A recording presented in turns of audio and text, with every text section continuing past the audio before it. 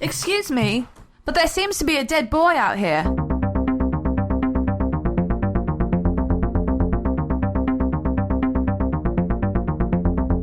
Hey, welcome to Talk Murder to Me. Thanks. John? All right, now someone else say it. Welcome, guys, to Talk Murder to Me, your favorite true crime comedy podcast. We might be one of the only true crime comedy podcasts out there. Well, we call ourselves true crime comedy. yeah, there are others that call themselves that. They are not to be named. Yeah. Meanwhile, other people are telling us that we have a great podcast. Literally, they said great podcast in the subject and great podcast with an exclamation point in the actual review. So thanks, Hunter, our review. Hunter, review. Thank you. Thank you, Hunter, but I feel like you could have been a little more creative on that one. Hey, we'll take what we can get. Because, you know what, guys? Jen and I are shooting to get 100 reviews by October 1st. And if that is the case, then John has to read Harry Potter and the Goblet of Fire. How's in number the month 3 of coming? October. Yeah, how's Prisoner of Azkaban? What chapter are you on? It's good. This drink smells good. So we are drinking Barking Dogs tonight. Sweet. Due to our hint barking. Let's take a little sip. What's in Wait, it? are we not cheers anymore? Is this not like... It's not as bad as I thought it was going to be, actually. What's in it? So it is gin, sweet vermouth, dry vermouth, aromatic bitters, and it says to just add a cherry, but I did add some cherry juice to it because I felt like otherwise it would have been really... I'm not a fan. I mean, it's good. I'm just not a fan, Tastes personally. like communion wine. It's drinkable, but yeah, definitely not my favorite. You know what it reminds me of? Absinthe. No. No, it's not licorice. I definitely taste the gin. What about this shot? Okay.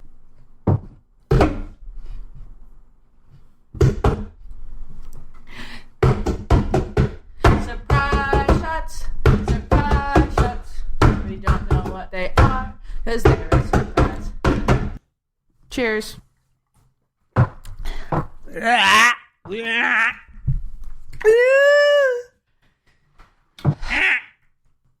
Well, you heard what I thought.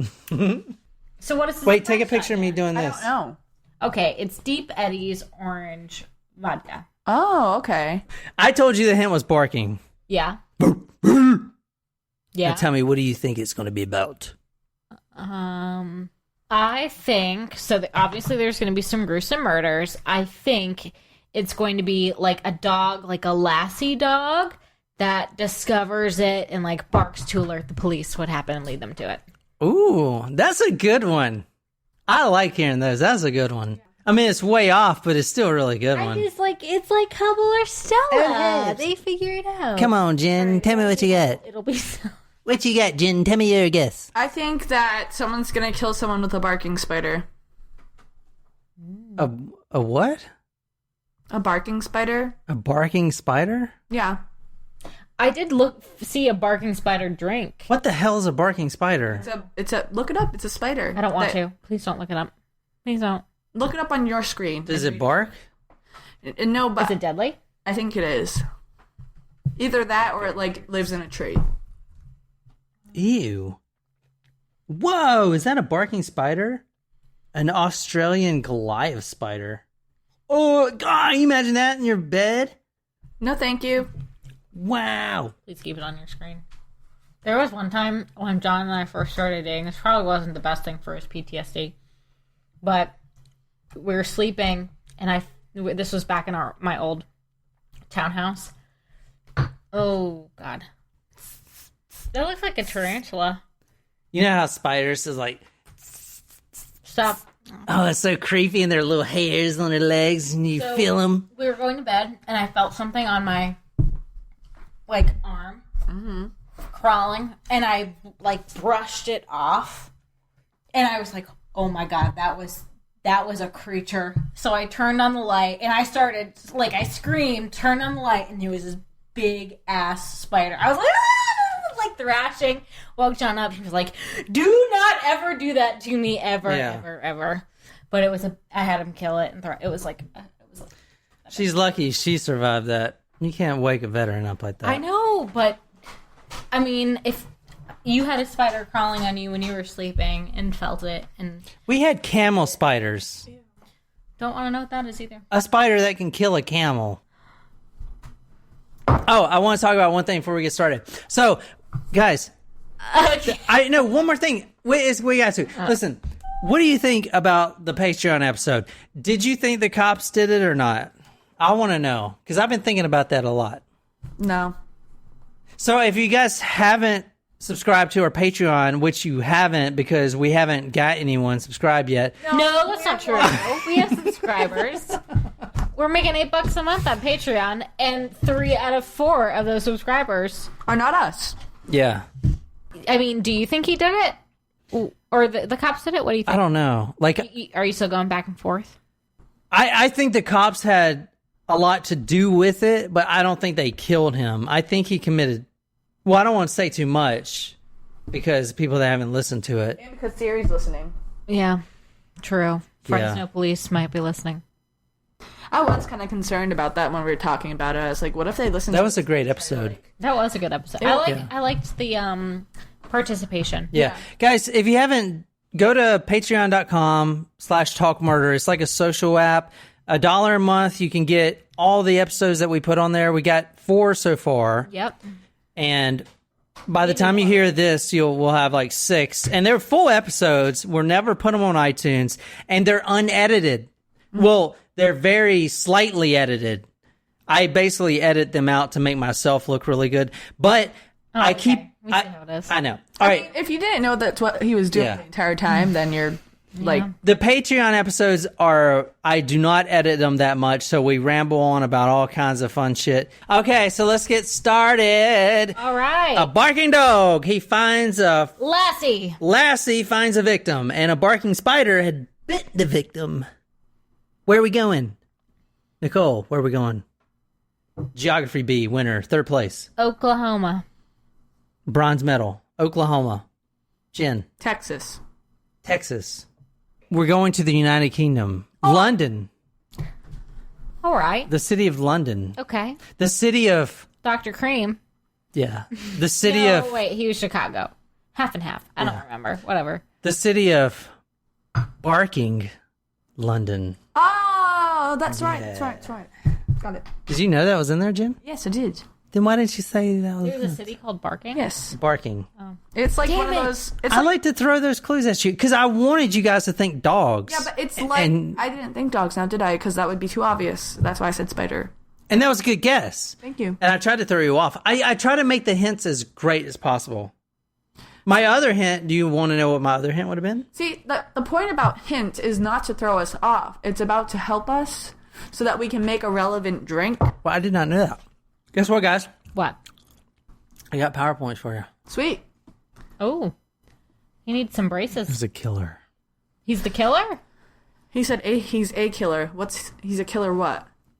This is Anthony Walgate. So, guys, as we start the story, if you're at home, I'd like to encourage you to go to talkmurder.com and If you're see... driving, don't until you get to your destination. Or Exactly. until you're stopped at a red light. But pay attention to the traffic. All right. This is Anthony Walgate. This is a 23-year-old student. Is that picture taken when he was 23?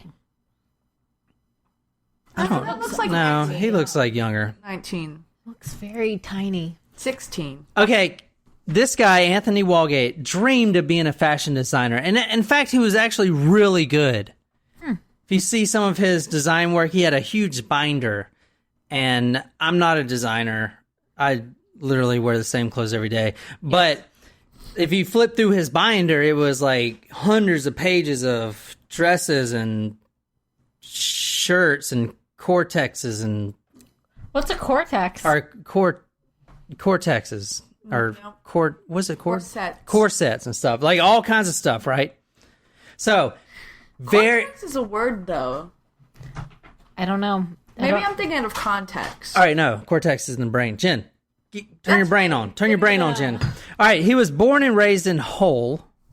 I'm cutting that because I don't know where it's at. Hull. He came to London to pursue his ambitions. And he was a student, 23 years old, in Middlesex University, second year as a fashion designer. He was in fashion design school, and he was really freaking good. That was his dream. And we're going there today, people. We're getting dirty.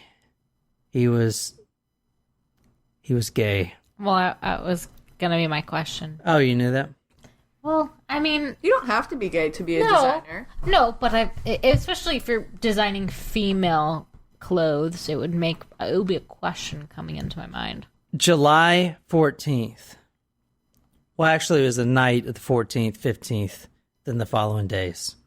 This guy right here, he was a university student, but he was also trying to make some money. He was broke. Wait, what year is this? This is 2014. Okay. So this is pretty recent. Yeah. He was also a male escort. Oh. Yeah. For other men? Yeah, but just to make money. Now, all of his friends... Well, why else would you? I know. I don't think people do that because they truly enjoy doing it. I mean, if you enjoy having sex, wouldn't you just have sex? You don't have to get paid for it. Correct. Yeah. I mean... Theoretically, yes. Yeah, hypothetically. Yeah. So, well, he was definitely getting paid for it. And the site that he used most was called Sleepy Boys. Now... I feel like that's not a great advertisement for... But so his friend... Like, what does he do? Sex Finish working people off site. while they're asleep? Like, I don't know. God. So his friends... It's like not very exciting. Like, oh, I'll put you to sleep. yeah. After the fact, his friends would tell media that he was very picky about who he went to do jobs for. Or with. He didn't like to be in any risky situations. Good for you. But unfortunately, he found himself in one. Yeah. And the following night, or that same night, actually, this call comes in to 999. It's like 911, but the British use it. 999. I feel like it should be the same for every country. Yeah, so 999. If you're ever in a wrong country, I would still dial 911. Yeah, but if you dial 999 here and you got international plan, it may go to the UK. Yeah. But if I was in somewhere, You just dial 999. But if it's a different in every country, how the hell do you know in each country? Well, it's probably the same. Or not same. Everywhere is posted, like you go to an airport or a train station or any, like, bus or whatever, like, it's like, in an emergency, call blank, blank, blank. Like, you know... You know what I bet? I bet if you do call 911 over there, it will still ring in. Maybe. That's what they should do. We should call 999 here and see. No, okay. Too far? Yeah. Yeah. Okay.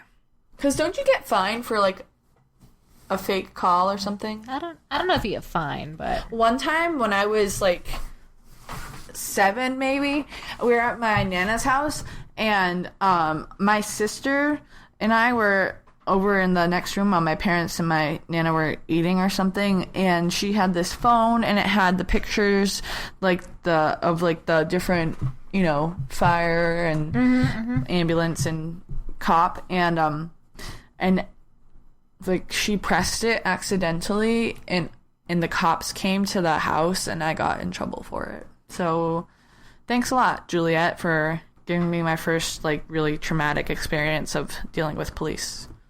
Oh. And again, wasn't your fault. It wasn't. But I was the older one, and so, of course, I got blamed for it. But, you know. That same night, Used to that. this 999 call came in. Emergency ambulance. What's the address of the emergency? Let's call. There's Cook Street. There's a young boy. Looks like he's collapsed outside. I don't know. Outside of which number? 4758. Sorry? 4758, I think. 47 Cook Street. Yeah. What area? Barking. He looks like he's collapsed or had a seizure or something. He's just always just drunk. But, What's the telephone number you're calling from? I'm just pulling up in the car. I've got to get my card on the parking. That's all right, don't worry about that. What's the telephone number you're calling from? He doesn't want Hello? to number. Hello? Hello? Hello, the ambulance service. Well, the car's there. Just confirm the location. Oh, I'm just doing away now. Where was it that they were outside of? Cook Street. What door number? I don't know, I didn't look. You said 47 before. Yeah, so yeah, what's for some? Yeah. So, You think that they had a seizure, is that correct? if you put, last floor, look. Yeah. Yeah. Were you passing by in your car? Yes, Okay, and you've drove past now, you're no longer there. that's right. How old did he look roughly, sir? 20. 20. Do you know if he was awake? No, Do you know if he was breathing? no, I don't know. Did you see anything happen at all? No, No. You just think they possibly had a seizure, he was lying there on the floor. yes. Thanks for letting us know. We'll get someone there as soon as we can. Okay. Okay. Thank you. So what do you think? What do you think about that, Jen? I think the person that called clearly did it. Clearly. You say that with such conviction. Yeah, I do. I do too. Because he He tried to hang up. Yeah, and when he was trying to give detail, he wasn't giving detail. He was saying something, so it sounded like he was saying something, but he wasn't really saying anything. And he thought he was getting out of it, but then the dispatcher called him back. Yeah. I know. He pretended like he was losing him. Yeah. And I thought the dispatcher also kind of thought that it was him. Yeah. He thought that there was something suspicious. He was very directed in his questions.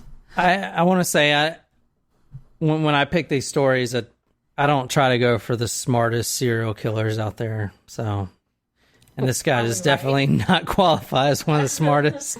Are we right? Is that the killer? Yeah, that's the killer.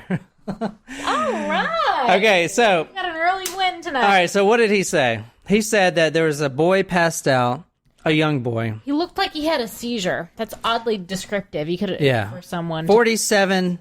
He said what 47 or 58. Yeah, 47 or 58, that's the apartment number, Cook Street. The flat number, they call them flats over there. They do. Flats. Flat 47.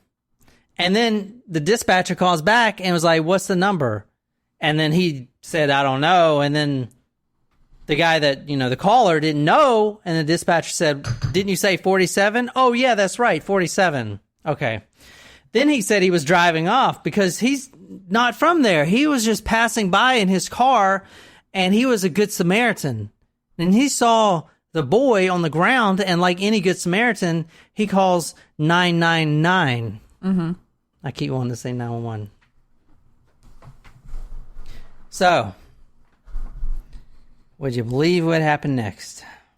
What happened next? Another male escort goes missing. Another male escort is Can we found. please talk about the dead boy that's laying there? You just want to bypass that dead boy? We didn't know he was dead, so they find him and he's dead. The police pull up. They find him. He's dead. They notice no signs of injury or struggle. He wasn't beaten to death.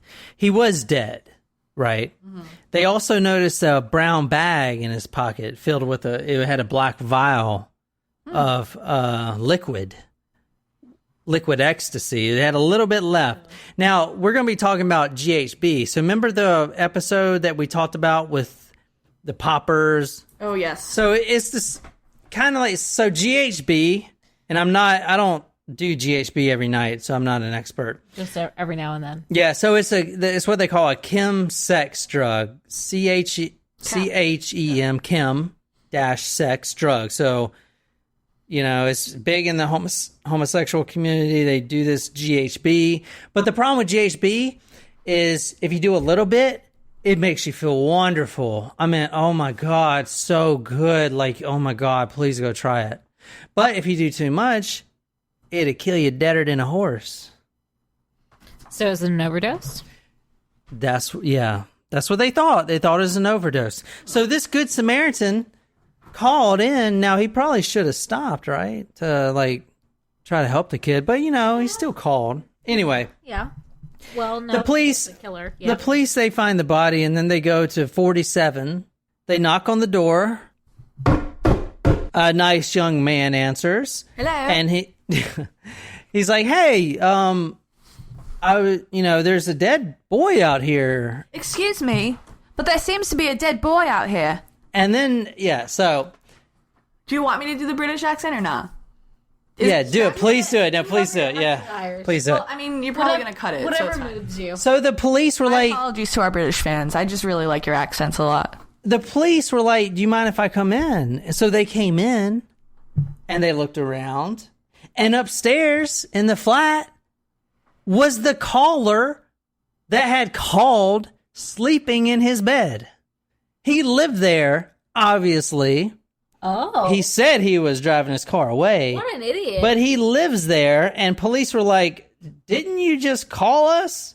And he's like, wait, how did they call that number?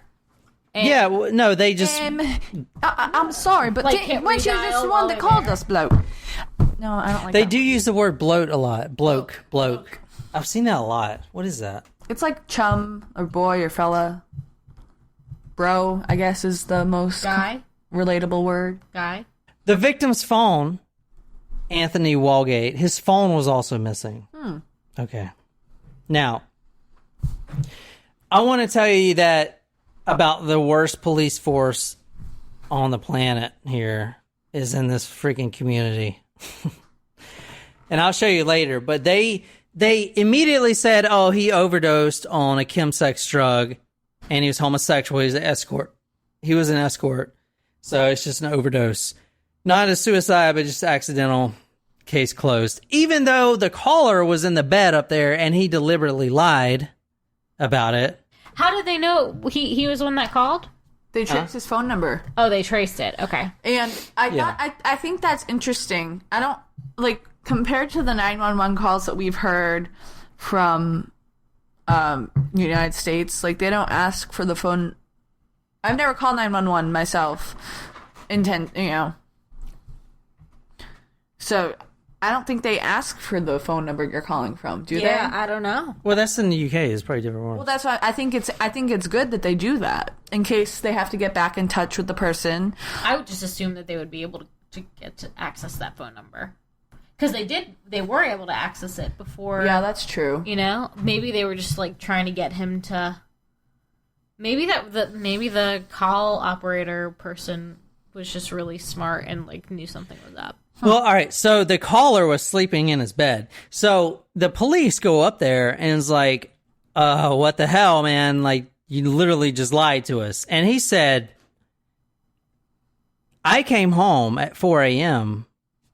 I was working a night shift to find this random young boy laying on the floor. And I tried to slap him in the face to wake him up because he was obviously in a drunken stupor or something.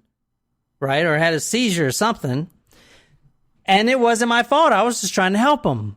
But doing just 10 minutes of research or less, they actually found out that the guy that was calling from the 911 call actually hired him on the website, the Sleepy Boys website. That was his escort. Wow. So now you have a dead boy, a dead escort, outside of the home of the flat, laying on the street, propped up against like a tree. Very quickly, this does not look good for this guy. Oh no, it looks awful. It looks fucking awful. Easiest murder case solved. Yeah. The suspect, Stephen Port, said he made a gurgling noise, so I propped him against the wall and I went upstairs to take a nap. That was his defense. And they were like, okay, I guess. Here's the boy. Oh wait, no, this Is this a camera of in front of the house? yeah. So police checked the CCTV camera. They have CCTV cameras everywhere Yeah, but- in London. Like, when I was in London, every block or so, it was like, this is being recorded by CCTV. Like, there were signs that said that. Yeah, but this particular one, the one that could have witnessed Stephen Port dragging a dead body outside of his house, because the cops noticed that the body was drug. It had like, you know, his shirt was pulled up like it was being dragged. And so they looked at the CCTV camera, but it was not working. Oh, that's convenient. So, yeah. I'm sorry, what did Stephen Port do? Huh? What did Stephen Port do? What do you mean? It's a job? Yeah. I'll get to that. I think that he may have had the skills to disable that camera. Maybe. Okay, so this is Anthony Walgate. God, he needs braces. He claimed that they both took drugs from 2 small bottles. Now, this is GHB. There's also another one, and I'm not an expert in this, I think it's GLB. It's like a white powder, and it converts into GHB. I don't know. If you're a drug head, then hit us up and tell us how that works. I don't know. I guess they take it, it gets them really high, and makes sex really good. They also use Meow. It's like Molly, Meow. Does anyone out there know what I'm talking about? Please email us. Hopefully you don't. But Yeah. Is anybody listening to this using Meow or? Is anybody listening to this at all? Hello? Is anybody out there?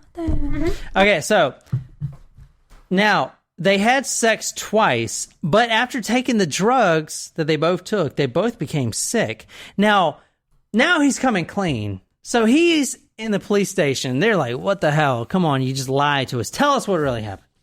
So he's like, all right, I hired him. I hired this boy. And we had sex twice.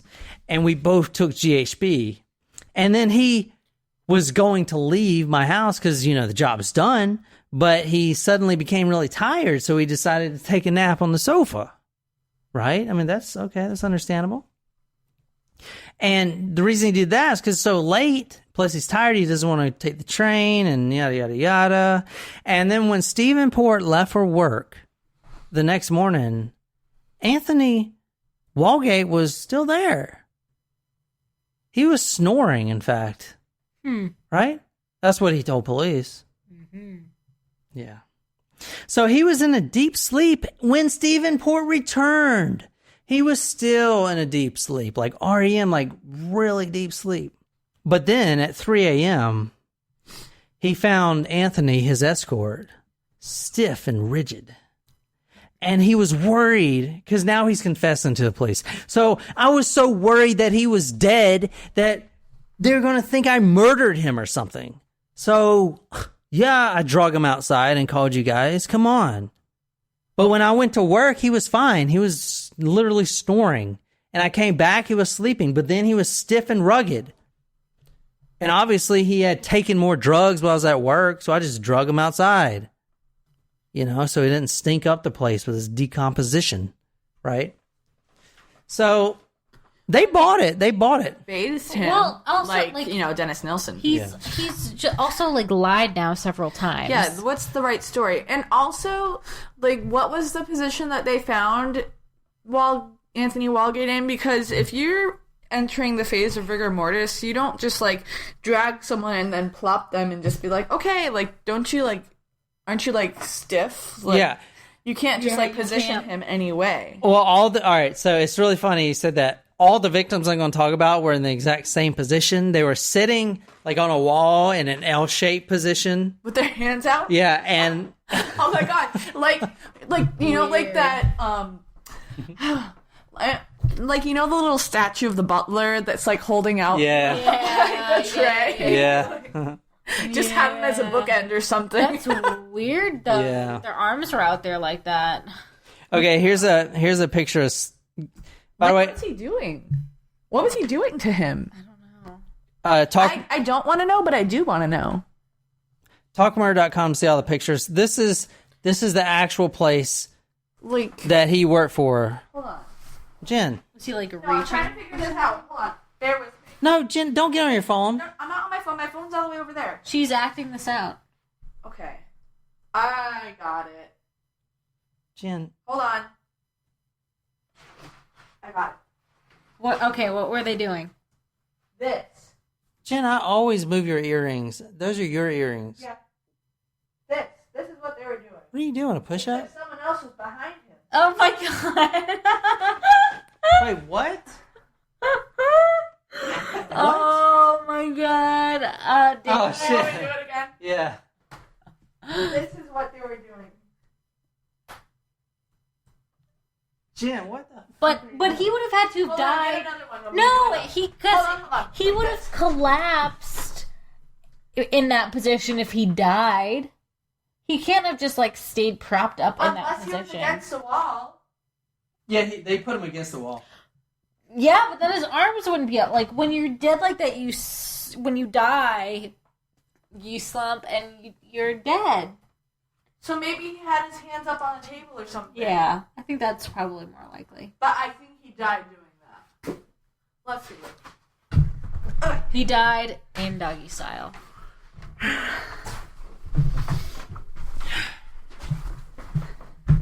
So, now, I told you he worked at Sleepy Boys. So this is Mattress. well. This is yeah. Sleepy Boys. Yeah. Name of an actual mattress store. Yeah, right? So this is Sleepy Boys. Stop. What? No, I just found that picture. I thought it was funny, but that's the actual logo. Do you want to see the real website? It's full of penises and like I looked at, it, I was like, ugh, literally. They questioned Stephen Port, and they thought it was a murder. They thought he murdered him, but they quickly decided, nah, it's not a murder. Let's let him off the hook. So it's Just like that? Yeah, just like that. I mean, but they did. 4 times. So. They did seize his laptop, computer. The blood and urine both showed a fatal overdose of GHB in Anthony Wellgate. The police looked through his computer. Eventually, after the family of Anthony's family, I mean, they went through hell getting the police to do anything. These cops didn't do anything. So, when they finally did, this is what they found. So, I want you to read. So, Jen, you read the first one, then Nicole. These are the search terms that they found the night before he contacted this escort. They found him searching these terms in his computer. He searched for these exact terms. So, Jen, read the first one, and then Nicole, second one. Sleeping boy. Unconscious boys. Drugged and raped. Is he trying to get off or figure out how to get not have to worry about being framed with murder? I don't know. You tell me. Taking date rape drug. Gay teen knocked out raped. What the fuck? Guy raped and tortured young nude boy. So the police found that in his computer. Wow. That's pretty damning. And at that moment, they weren't treating it as suspicious. So I said, well, it is suspicious. I said, you found him dead in the street. He hasn't been beaten up, he hasn't been stabbed, he hasn't been shot, anything. Something's not right. Where's his phone? Why don't you track his phone? No, it's too expensive. So we've refused to ever investigate it from the very beginning. Yeah. I'm sorry, the police said it was too expensive to track his phone. Yeah. Isn't that their job? Yeah, they didn't do anything. In fact, it took them another few murders for them to actually look through that computer and stuff like that. And so that was Anthony's mom's. She went up there and she was like, okay, my son was a good kid. You know, he wasn't stabbed. He wasn't shot. He was dead on the street. And what do you think? It was a suicide? And this isn't the first family. And I want to tell you, there's an article right now that I was reading that directly blames this police force as being homophobic. So just keep that in mind. So was Anthony the first victim? Yeah, he was the first victim. Now, here's your killer, Stephen Port. What a tool. Yeah. He looks like he's been beat up in a bar fight. That's what his face looks like. What is that? Maybe the mirror's curved. Look at. No, these are two different pictures. Oh. All right, let me show you. He's trying to, like, I don't know, suggest something All right, let me. with his long phone. That's the size of his penis? You said it, not me. Your head went All there. right, February. This pisses me off. Not really. February 22nd, 1975. Stephen Port was born. He's a Pisces. I'm a Pisces. Oh, great. Yeah. I'm a Sagittarius. Sagittarius. But I'm on the cusp. From down here, you look like a Virgo. Gemini. Oh. Capricorn. Oh. Well, I know you're not a Virgo. Ah. Hey, from down here, you look like a Pisces. Ah.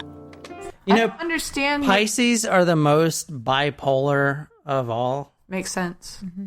I thought that was Gemini, actually. No, it's Pisces. Pisces are the crazy ones. Leo? Most serial killers are Pisces. Leos are natural born leaders.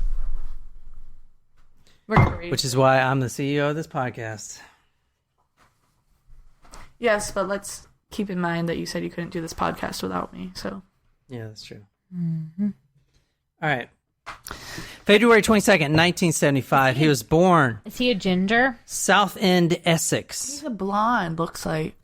1976, he moved to Dagenham. That's in the Barking area. It's really close. Dagenham. How do you spell it? Dagenham. Dagenham. Will someone let us know how to pronounce it? Like when the last time someone emailed John and said this is how you pronounce Yante. Well, they didn't email me. Mid-2000s. So between 20s and 30s. Now, he was bullied as a kid, right? He's kind of a weird-looking kid. 20s and 30s, he finally came out as being gay. 2006, he finally left home and moved in a flat in Barking, that same flat that he killed his first victim. Right? I think he's a ginger. Yeah, he's a ginger. I want to tell you, his father was a cleaner for the local council and his mother a supermarket cashier. So they didn't really have a lot of money growing up. So they weren't poor, but they were not doing very well. He started at art college. He wanted to be an artiste, like a Van Gogh. Okay, so he started his art college, but he dropped out because it was too expensive for his family. And he became a chef. And he was actually on The Celebrity Chef. There's an episode of him on there. No way. Yeah. In the background, he was like one of the background people, but he was on there. You can see him. Weird. Yeah. Pre or post killing people? Pre. Oh. Yeah. He attends chef training for 2 years, becomes a chef, works local businesses, weddings and events, never really finds his place, and finally ends up at West Ham Bus Depot, which is huge in London. All the buses go there. Okay. I mean, I tried to find a picture that showed the whole thing, but it's huge. I mean, all the big double-decker buses are there. I've been on a double-decker bus. Yeah, you have. I have. London. Tell us about your double-decker experience. Well, we did the hop on, hop off tour, and so we can get on the bus wherever we wanted, and then we can get off, and then we can go anywhere else we want. So it's just like a regular bus, because you can do that with a regular bus. Like a regular bus, they go by here, they don't call them tours. They just say, hey, do you want to fucking ride? No, but it was a tour because they had like headphones they gave us. They had like these free headphones and they were red and they said the big red bus on them. And you can plug it in and you can listen to what they were saying or you can listen to the tour guide. But then we went to see and then we did a boat. We were on the boat and even the boat had 2 levels. And it was fun. I liked it. Then we got lost. This is me and my mom. We got lost in London. All right, since Jen is not drinking her drink, we're going to take a shot. Oh, thank God, there's more liquor. Jen, you're not even drinking the liquor you have. To catch up. Yes. Why are you searching for boy drugged rape? And that search, I can tell you, well, some of those searches occurred during the evening of the 12th, shortly before midnight, and then some of them occurred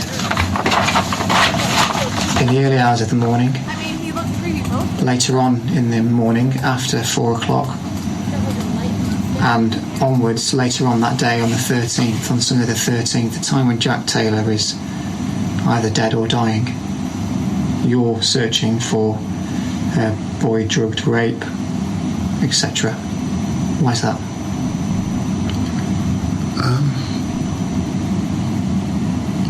No, just generally looking for just general porn.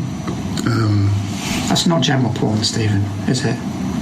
You're specifically searching for videos of porn to do with people who are either asleep or have been drugged. That's what I said. And are being raped. You've typed in the word rape, haven't you?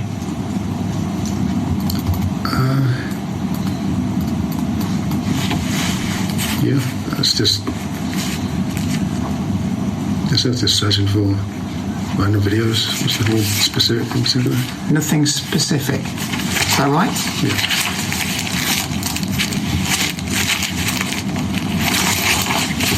It sounds quite specific. I imagine that's what my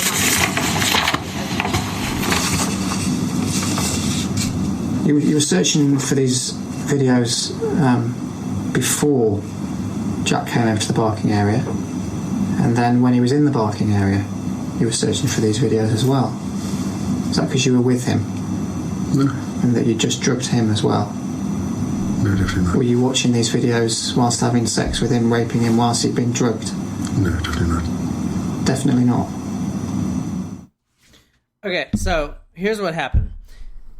Stephen Port was accused of killing 4 boys. Now, he calls them twinks. They're young, gay boys. Twinks. Twinks are not preteens. No, or not preteens, but teens or young. A twink is like an effeminate, skinny little thing. Yeah, there you go. Twinks. Okay, so the next 2 people. Now, these go in 4 months. He kills 4 boys, starting with Anthony Walgate. The next one is Gabriel Kovari. He's 22 years old from Slovakia. Okay, now he moves in. Gabriel Kovari moves in with a guy named John Pape. Okay, they meet on some site or whatever.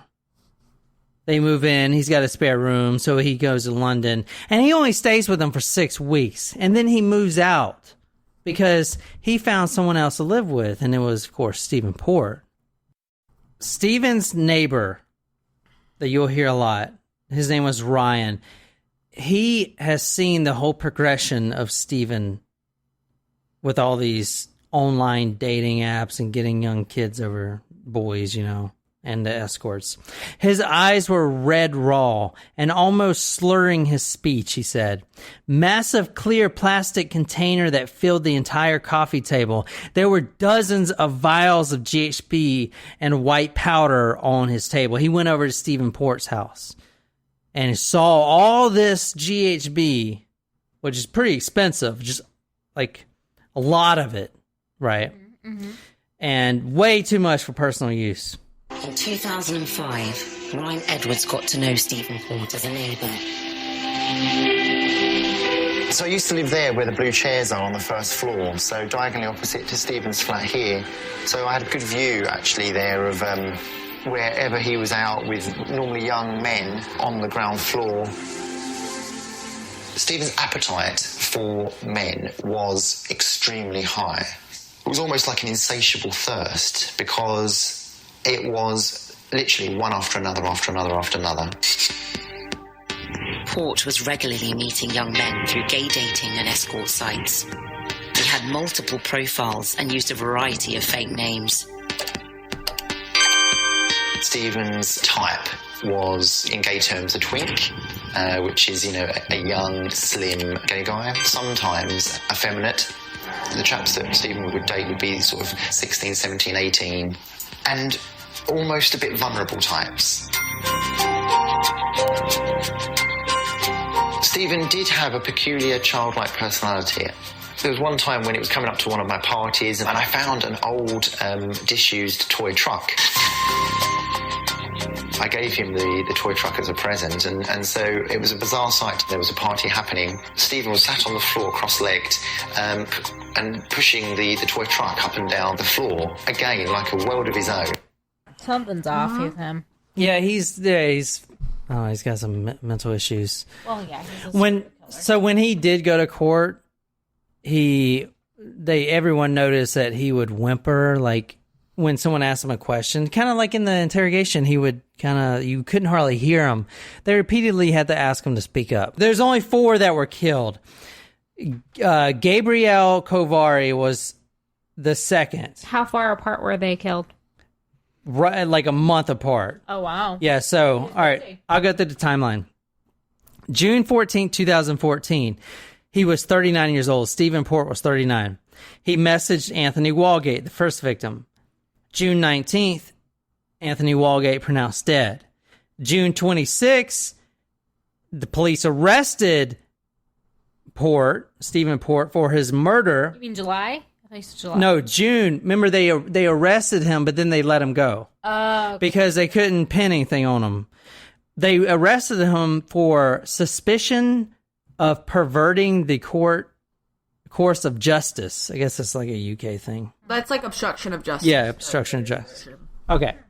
So, eventually he confessed, and what I read you earlier, he confessed, but not to the murder. So they did let him go. August 28, 2014, so what, 2 months later, second victim, Gabriel Kovari was found. He was found about 2 blocks away from Stephen Port's flat. Now, the crazy thing about this is he was found in the same position. Kovari, he was a Slovakian. He was found slumped over in a cemetery that was about 2 blocks away from Stephen's flat in an L shape. They said he had dark glasses on and they were crooked. So they're almost like kind of like this. Like it was like really weird. Sunglasses? Yeah. It was like really weird. Yeah. Anyway, a woman, Barbara Denham, is actually the one that discovered the body. So she's a local. She's an older lady. You'll see her later in the video. She always walks her dog the same path. She walks through the cemetery and she saw the boy's dead body in an L shape, like lying against the wall. And she was like, what the hell? Obviously, his kid's dead. So she calls, the authorities. Now, they tell the family, because the family's like, what the hell? Did someone kill him? The police told the family, no, it was a suicide. He was found dead in a peaceful position under the trees, the swaying trees. Position to be peaceful. The police suspected that he died of a self-inflicted drug overdose. Now, John Pape, remember I said John Pape? That was his roommate for 6 weeks before the second victim, Kovari, moved out. So they were pretty much friends, and John, as you'll see in the video, went to police and they gave him the kind of, oh, get out of here. It was a suicide. Nah, you know what I'm saying? But he knew that it wasn't a suicide. He knew there was foul play. And the police didn't do anything. They didn't report any of the news. The 2 dead bodies right now, 2 blocks away from each other. They didn't report this to the community. They didn't reach out to the LGBTQ community. I think it's LBGTQ. LGBTQ. So John started doing his own research because he wanted to find out what happened to his friend because he knew it was some sort of LGBTQ plus. And he struck me as a really nice, articulate chap. And so after that first meeting, we kept in touch. When Ryan texted Port to say how nice he thought Gabriel was, Port replied saying he was taking good care of him. Hee hee. So yeah, Ryan is the neighbor who texted Ryan, about how nice Gabriel was. Yeah, so Ryan was Port's neighbor, and Gabrielle Kovari moved in with Stephen Port, the killer. But after a few days, Ryan didn't see Gabriel anymore, just after a few days. So Stephen Port sends his neighbor Ryan a message. And can you read that, Jen? Tomorrow, so prob for best, something, something. Oh, blimey, who did he stay with? Do you know? No, some soldier guy he fancied. He's been chatting to him online. Shame, as really liked him. Damn it, these young ones. Yeah. So he's saying that he just left. He moved in with Steven and then met some soldier and left. Right. Now, Ryan didn't believe that because Ryan's been seeing the evolution for a few years of Steven with all his boyfriends, and he's asked a bunch of them, like, what's the relationship like with my neighbor? And he notices it keeps getting more and more violent. Like, one guy said that he pushed him into his TV. Another guy said he got very physical with him, Yeah. So Ryan's getting suspicious, too. When the Slovakian guy, when Gabriel Kovari first moved in, he actually texted Ryan and said, come meet my new Slovakian twink flatmate tonight. Okay, so a few days later, then Ryan noticed that he wasn't around anymore. And then he says, quote, Stephen Port, the killer, sends Ryan his neighbor a message and says, quote, I've got some really sad news, neighbor, but Gabriel has just gone back home. He's picked up a mysterious illness and he's died. And whatever you do, please don't mention this on Facebook, because his friends and family are already upset enough as it is. Now, that's weird. He was found 2 blocks away from the house, right? Dead. A mysterious illness. Yeah, mysterious illness. So, of course, Ryan, the neighbor, saves all this, because it's used in court later, right? It's a good thing he was suspicious of his neighbor. Yeah. Now, was he gay too, the neighbor? Yeah, okay, he was good. So remember I told you about the dog walker? Mm-hmm. So not even a few days later. Sir, I've come in through this gate and I've seen what looked like another young man lying in exactly the same spot virtually. And I thought, no, I don't believe this. I thought, please, God, don't let this be another body. I thought, I don't believe it. It can't be. This body was placed in exactly the same position as the previous one. Again, I was thinking, what made him sort of want to sit in the same, L-shape position? This was very suspicious to my way of thinking. Well, anybody would have thought it was suspicious. Barking and Dagenham police, I don't really think they know what they're doing, quite honestly. They're nothing better than Keystone cops. The same dog lady found another body. Wow. Okay, so you have the first one, which was Anthony Walgate. So here's the thing. Stephen killed the first one, Anthony Walgate. Threw him right outside of his flat. But then he got arrested because... So in his mind, he's like, well, shit, if I keep doing this, I'm going to have to not throw him right outside of the flat. I got to move them. Relocate them just slightly. So he drugged them 2 blocks away to a cemetery and then put them in the same position as the previous one. For the following 3 dead bodies... They would know that they're connected. For the following 3 dead bodies, he places them exactly in the same position in the cemetery. Like a freaking idiot, right? Like...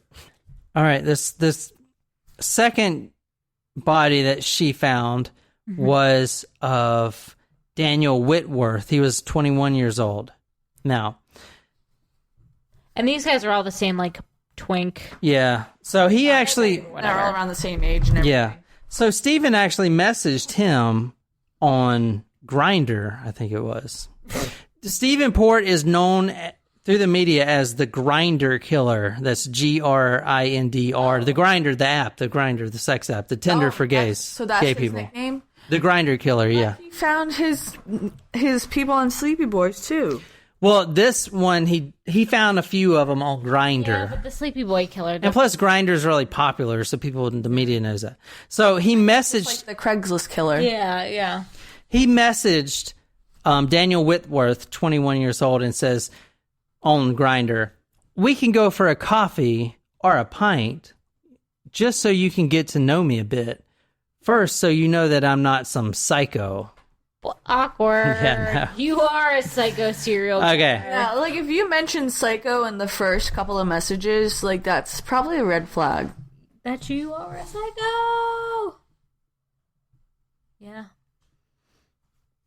So, now the difference with this one, same thing, but this one, because Stephen Port is getting smarter, right? Mm-hmm. All right, first I can't dump these dead boys right outside my flat. I got to move them to the cemetery.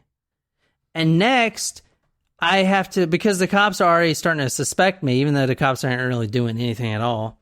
So what I'm going to do is I'm going to kill this kid, dump him in the same cemetery, and then write a fake suicide note. What? Oh my God. Yeah, so here's a suicide note. Can you read this, Jen? Wait, hold on. Here's an... But I wanted to be able to read it. Yeah, but this is the same one. It's just not. It's just in better. Okay. So that's the same thing. Just read that. You see what I did? Mm-hmm. This is just where you can read it. It's the same thing. Right. You see? I wanted to see if I could decode it. Okay, try it. No, I'm going to go read that. No, try it. No. It's the same note. I'm sorry to everyone, mainly my family, but I can't go on anymore. All right, Jen. I took the life of my friend Gabriel Klein. What? Wait. He's saying he killed some other kid in his suicide note? Yeah. Oh my God, this guy is an idiot. I took the life of my friend Gabriel Klein. We was just having some fun at a mate's place, and I got carried away and gave him another shot of G. I didn't notice while we was having sex, really great grammar, that he had stopped breathing. I tried everything to get him to breathe again, but it was too late. It was an accident, but I blame myself for what happened, and I didn't tell my family I went out. I know I would go to prison if I go to the police. Wait, I want to say one thing. I'm sorry. Gabriel is Gabriel Kavari. Yeah. Right. Okay, you got that right. Yeah. Okay, keep going. Sorry. He said Klein up there. Yeah, he didn't know his name. I would go to prison if I go to the police, and I can't do that to my family, and at least this way I can at least be with Gabriel again. I hope he will forgive me. BTW, please do not blame the guy I was with last night. We only had sex, then I left. He knows nothing of what I have done. I have taken what G I have left with sleeping pills, so if it does kill me, it's what I deserve. Feeling dizzy, sick now, as it took 10 minutes ago, so hoping you understand my writing. I dropped my phone on the way here, so it should be in the grass somewhere. What? Sorry to everyone. Okay. So wow, literally the worst suicide note ever. Yeah. Amateur hour over here. Yeah. All right. So that's like literally like if someone were to write like. The only thing I can think of is that's something, not criminal, is to be like, if someone like had peanut butter and they were like making a sandwich and they left a note that's like, sorry, the other person used all the peanut butter. And there's, and it was like peanut butter on the paper, like, you know what I mean? Like something like that. And you know what I mean? Like literally, like, so stupid. You killed one of the other people that I happen to have killed, and this is quite. I was like, oh my God! Like if the police actually were, let's say they were. Don't blame the guy I was with last night. And my phone is on. I dropped my phone. Like if you're writing a suicide note, you're not gonna be like, oh my God, I lost my phone. Yeah, I hope someone can cancel my plan. You literally won't even be thinking about that. There's the Gabriel Kavari. And this is Daniel Whitworth. So Daniel Whitworth was the one with the suicide note. So obviously Stephen Port wrote that suicide note and then planted it color for him. And then planted it on Daniel Whitworth and said, "Hey, basically I'm Daniel Whitworth and I knew Gabriel, so the two dead bodies that you found in the same position, right? That we both knew each other." That, like, if the police actually... Which they didn't know each other. If the police were actually trying to solve this murder, which I know you mentioned that, you know, they may not have been. They definitely were not caring. If they were actually trying, this would literally be the easiest Yeah, because after this, absolutely. Like, no, but even before the suicide note, even if the suicide note didn't exist, like, all three of these people were linked to support. Yeah. You know what I mean? Yeah. Like that, and It's all almost within like a short it's- period of time. It's you almost know? like the Taco Bell murder. Like, he was a manager of all these people. He knew all of these people. Come on, guys. Like, it's not very hard. But it's easier than, I would say it's even easier than the Taco Bell killer, because, like, you can be like, when you're in a position, even if it's a Taco Bell and it's a small store, like, you encounter so many people every day, and even within a matter of months, like, you could have a new staff in a matter of months. True. You know what I mean? Yeah. Like, when you're dating someone and then you date the next, like, you're dating someone or you sleep with someone and they go missing. Okay. That sucks. Like, I really hope they're okay. Then you date someone else and they wind up dead. It's like, okay, that's kind of weird. And then, like, literally, how many? 4. Like, how? Yeah, but we're on number 3. So how long between the two of them is this? Like, this is all in a 4-month period. Okay, so but between these two. But I do want to point out between the second and third.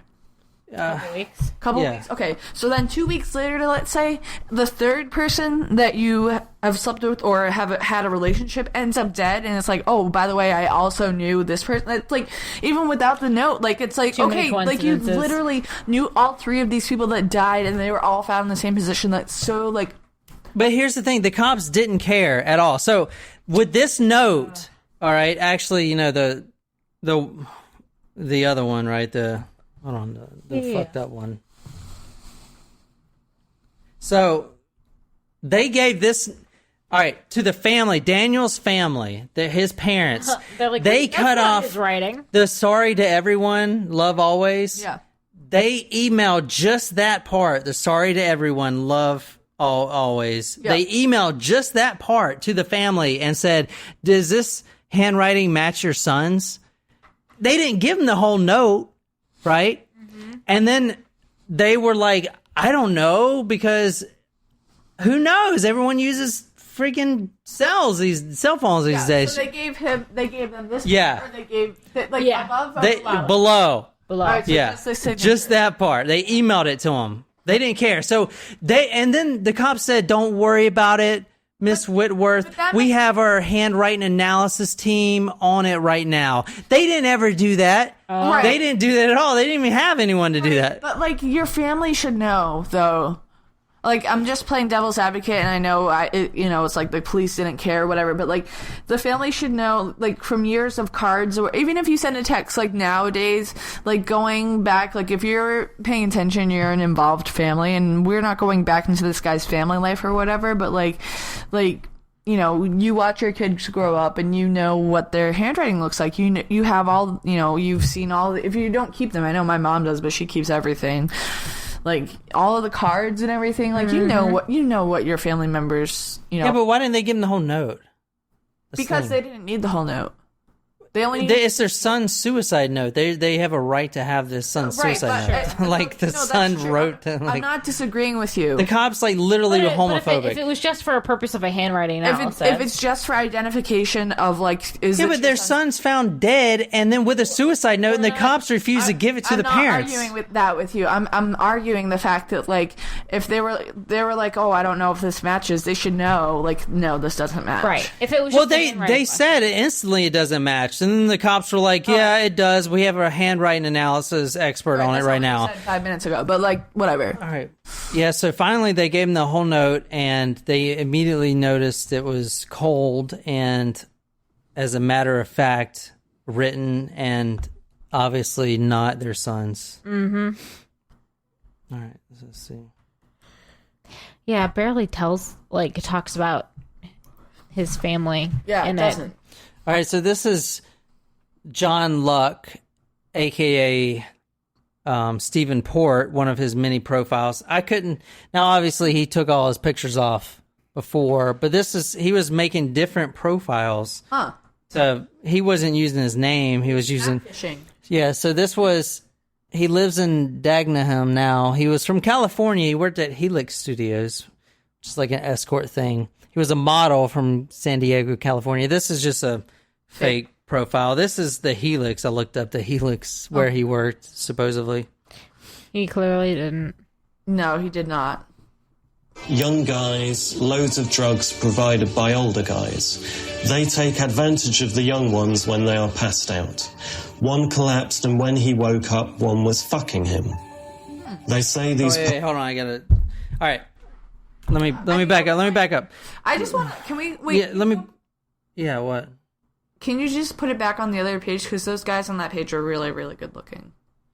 All right, so here's what happened. This profile, he made this Facebook profile to further his alibi. So he made this to convince the gay community that... So, all right, so he made a profile that says John Luck, and then he messaged like Ryan and people like that and said, hey, I've been going to these parties and I've seen Gabriel and Daniel together. They go to these wild sex parties and they were like shooting GHB and all this stuff. So he was trying to build he was trying to build a case fakely. Oh my God. Yeah, so that one killed. Young guys, loads of drugs. This is him saying what he's saying. Young guys, loads of drugs provided by older guys. They take advantage of the young ones when they are passed out. One collapsed, and when he woke up, one was fucking him. They say these parties last 3 days non-stop. They give them shots with dope inside and coke. Yeah. And that was a statement from that guy? Young that was a message loads that of he sent drugs to someone. provided by older guys. Wait, I think I missed some at the end. Advantage of the young ones when That's they a are message passed out. that he sent. Yeah. Tried about that case. He was trying to cover himself up. Yeah. Obviously, the first port of call is to go to the detectives at Barking and Dagenham. And immediately I ran into that brick wall. You're not next of kin. There's nothing we can tell you. But the point is, I was trying to engage with them because I felt that... Yeah, so this is just a real good Samaritan. No, that was John Papp. That was Gabrielle Caveri's roommate that moved out in 6 weeks. So Steven's now getting worried. He's making these fake Facebook profiles and trying to convince the gay community that Gabriel and Daniel killed each other. Now, the next victim that was found was not found by that same woman, but was found by a groundskeeper in the same cemetery, of course. And his name was Jack Taylor. He was 25 years old, and they met on Grindr. Inside, when the police found Jack Taylor, he had a syringe and drugs, and he had a needle mark inside of his arm. Okay, but the thing is, his friends and family knew Jack very well, and he was anti-drugs. He would never do drugs. He's never done drugs. Mm-hmm. So... And his family were shocked that the police didn't even decide to investigate. They just they was like, yeah, it was an overdose suicide. Now, one thing you'll keep in mind, all the families from the dead boys, the families investigated. The police didn't do shit. That's a shame. The entire time. Who brought this killer to justice? The families did. The police didn't do shit. I mean, that's awful because it's hard enough to lose a loved one, but to have to take action. And I mean, I can understand you're like motivated to solve your loved one's murder. Like I understand the the whole process behind wanting to make sure you get your closure, but the fact that you have to do that because the police won't, that's not okay, and unfortunately I think it happens more than we know. But this one's, that's just like, there's no excuse for that. So John Pape Gabrielle's ex-roommate contacts the police, and they were like, no, we're not giving you any information. These murders they're not murders, they're just suicides, yada, yada, yada. He actually contacts Pink News, which is a huge website community for the LGBTQ community, and they actually have really high connections with all the police force. They contact the police, and the police are like, still, no, we don't want to talk to them. It's like none of our business. And a lot of the stuff, they didn't even want to search his computer because it was going to be too expensive, and they didn't want to search his phone because it's too expensive. They completely let more people die because the cops literally did nothing the entire time. Anyway, Jack Taylor, 25 years old, his sisters actually decided to investigate on their own. They went out and they got the CCTV camera because the police, they went back to the police almost 15 days after Jack Taylor was found dead in the cemetery. And they were shocked that the police hasn't even done anything. They haven't looked anywhere. They didn't call anyone. And then they didn't do anything. And even the coroner was saying, hey, I can't label this guy as a suicide. You guys need to do something. Third guy, same position, in the same spot, same gravestone, the same, like, what a coincidence. The coroner asked police, all right, so Daniel was laid when he was like sitting on a blue bed sheet. Now that bed sheet probably had Stephen Port's DNA on it. The coroner asked police if they'd done any DNA testing on the bed sheet. And they said, no, because we feel like we didn't need to. What? Because it's not a murder. It's just like coincidence. They're just overdosing and then dying in the cemetery. That's ridiculous. You know? So, and then the suicide note, they finally got to the family, and then the family's like, whoa, my son didn't write this shit. Number one, look how freaking weird it is. Oh, and don't blame that one guy I had sex with because he definitely didn't do it. So what was the question after that? Well, who the fuck is this guy? Right. Who did he have sex with? If Steven didn't write that in the note, then they probably wouldn't even have looked for him. But it's like, don't blame that one guy that I had sex with. Well, who the fuck is this guy? That's the first thing they asked. Right. Who the fuck is this guy? Right. Yeah. So Jack Taylor's sisters actually went out and they found the CCTV cameras, which the police did not do after almost half a month because they just were literally homophobic. We're really shocked because obviously this is 14 days after Jack's died, so we wasn't aware that there was any CCTV. The man in the CCTV footage was Stephen Port, captured here on his way to meet Jack Taylor. We was expecting him to say, right, we know who this man is, we've already asked him, questions regarding when he met Jack, where did they go? And when they said no, we was really shocked. It was shocking just how much they wasn't bothered about who that man was. Jack meets a man at Barking Station, and then they've got footage of him walking through a particular route. According to his sisters, police claimed that Jack... Yeah. So, they actually... Scary to watch. They got the footage, and then police said, because Jack Taylor,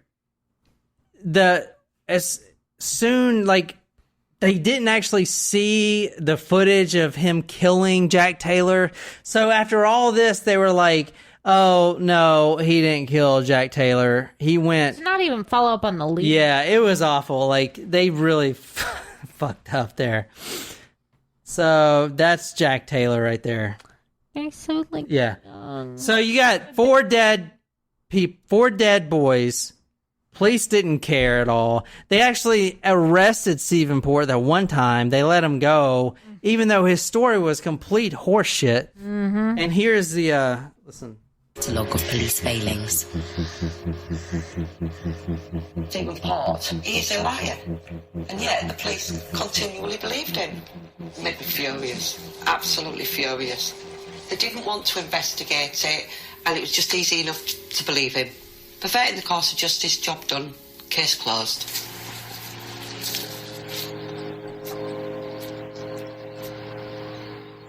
I truly do believe that the Barking and Dagenham police that investigated Anthony's death and the others are homophobic. And I genuinely believe Anthony'd have been a girl left outside like trash, that they would have put more effort into it. A lot more effort into it. Yeah. But as they were all young, gay boys, they didn't. They did nothing. You know, so how did he get caught? Yeah. He got caught from, obviously, the suicide note, and the CCTV really done it. So the two sisters said, all right, here's all this CCTV. They were obviously to get together the night Jack Taylor died. And then the cops were like, no, because if you look at the very last footage, you see Jack Taylor turn right, and that, you know, and he was found to the left being dead. So no, that's out of there. So anyway, it finally came back. They called the sisters and was like, oh yeah, you were right. They did turn left. So obviously Stephen Port killed him. So after that came out, 2 days later, they put, oh, and not only that, let me tell you this. So they go up to the police, obviously pissed, and it's like, all right, now we got the killer. Can you put this footage out to the media to look for this guy? And they were like, no, we really don't want to do that because we don't really know if he did it. They didn't put it out at all, right? And then finally, they said, okay, we'll put it out. And then 2 days later, Stephen Port's finally arrested. Thank God, because he was on a killing spree, you know? So yeah, I mean, at the rate he is going, man, yeah, that's so he got all right. November 25th, 2016. He was 41 years old. Life sentence with a whole life order. That means he's never getting out. Good. That's like no parole. Okay. Good. He was charged with murdering 4 people and drugging or sexually assaulting another 7. Oh wow. And October 13th, 2015 is when the police finally released the CCTV footage to the public, and October 15th, 2015 is when he was arrested. And he was 40 when he was arrested. He's 41, or he was 41 when he got sentenced to life, and he's still in prison, and he ain't ever getting out. Good. So, it's kind of, I don't know, kind of a crazy story. Yeah. Yeah. I mean, the note is pretty wild. Yeah. Worst suicide note ever. Yeah. Well, the cops... It's like a cover-up. I mean, yeah, it is very The disappointing. cops are freaking, like... Did they get any under... Like, Yeah. were they under fire after this? Yeah, oh yeah. The cops are very much under fire right now. Good. Port case prompts special police training on gay chemsex crimes. Let's see.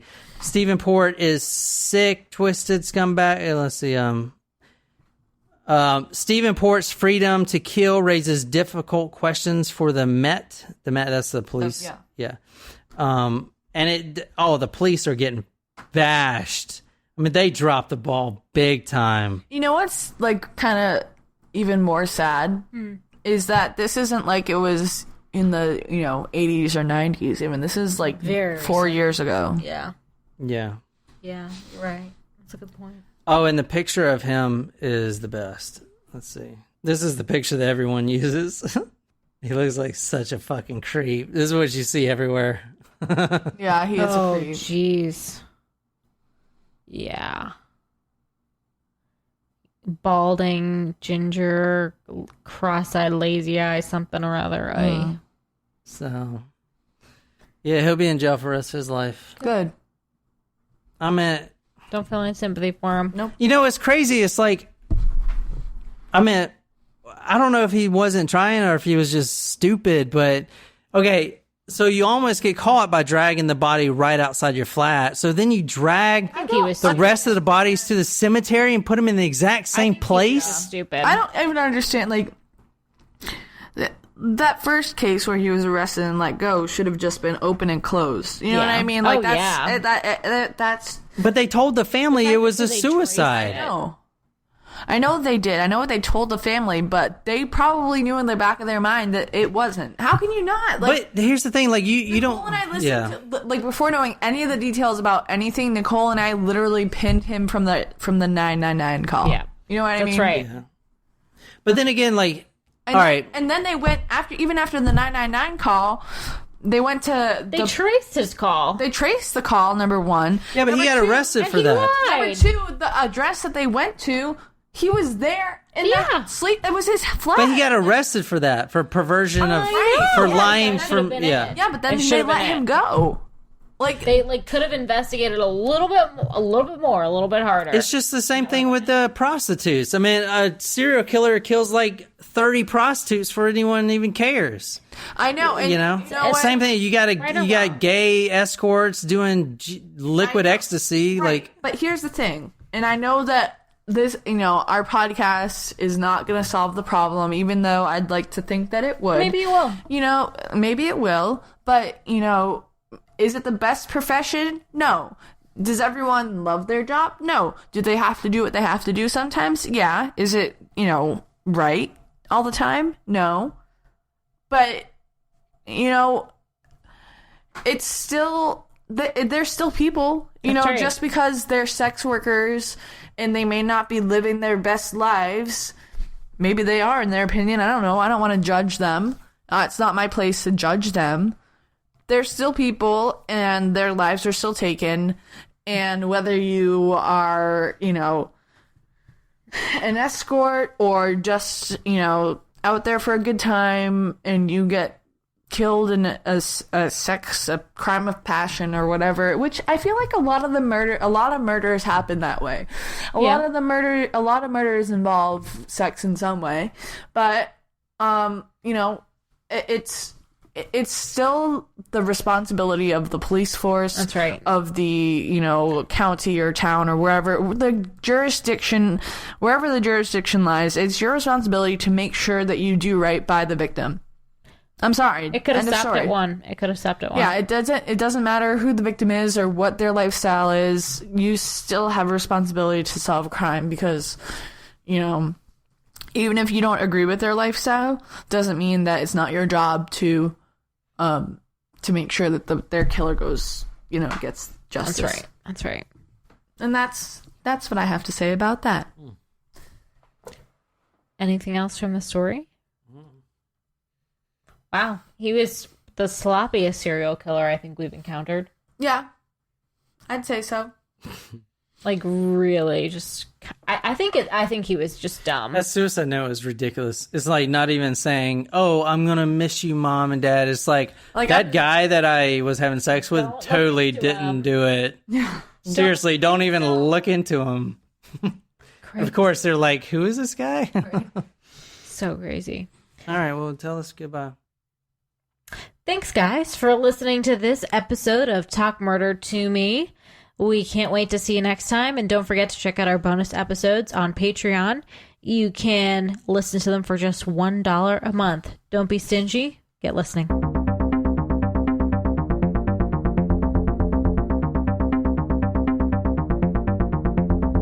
They didn't reach to the LGBTQ.